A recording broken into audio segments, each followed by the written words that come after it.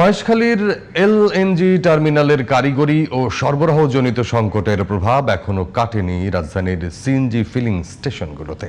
গ্যাসের চাপ কিছুটা বাড়লেও স্বাভাবিক হয়নি পরিস্থিতি, ফলে এখনো ঘন্টার পর ঘন্টা পাম্পে অপেক্ষা করতে হচ্ছে চালকদের।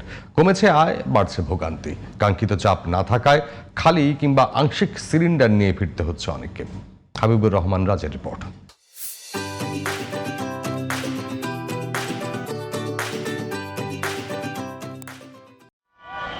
সকাল গড়িয়ে দুপুর, তবুও কমে না গাড়ির সারি, ফুরায় না অপেক্ষার পালা।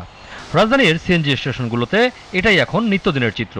আরও কতদিন এভাবে চলবে তার উত্তর মিলছে না কারো কাছেই।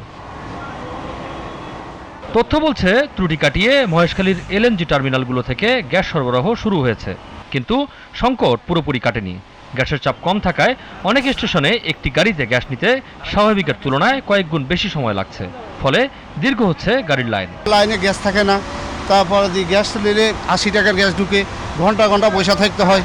তারপরে দিয়ে এই সমস্যা আর কি। অন্য পাম্প বন্ধ, কিছু পাম্প যাই অনেক সিরিয়াল, কিছু পাম্প আবার অল্প সিরিয়াল, প্রেসার থাকে না। চালকদের অভিযোগ, গ্যাস সংকটের কারণে তাদের আয় নেমে এসেছে তলানিতে। তাই পরিবারের স্বাভাবিক চাহিদা পূরণও এখন কঠিন তাদের জন্য। 80 টাকা, 100 টাকা, 150 টাকা ঢুকে অনেক কষ্ট হয়। সিরিয়াল দিতে হয় 3 ঘন্টা 4 ঘন্টা। আয় তো আমাদের 4-5 ঘন্টা গ্যাস নিতে চলে যায়। জমাও তো দিতে পারতাছি না, জমার লাগেও তো মালিক কত কিছু করে যে জমা কম দিলে চাবি থুয়ে যাও। শুধু চালকরাই নন, গ্যাস সংকটে চরম লোকসানের মুখে পড়েছেন সিএনজি ফিলিং স্টেশনগুলোর মালিকরাও। কম্প্রেসরগুলো তো চলতেছে, কিন্তু আমাদের গ্যাস তো ডেলিভারি হচ্ছে না।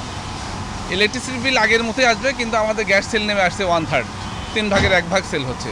তো আমাদের যে কমিশন আসবে ওই টাকাতে আমাদের তো ইলেকট্রিসিটি বিল পরিশোধ করতে পারবো না। গ্যাস সংকটের প্রভাব পড়েছে পুরো পরিবহন খাতে। দ্রুত কার্যকর পদক্ষেপ না নিলে পরিবহন খাতে দীর্ঘমেয়াদী বিপর্যয়ের আশঙ্কা করছেন এই খাতে জড়িতরা। হাবিবুর রহমান রাজ, জিটিভি নিউজ, ঢাকা।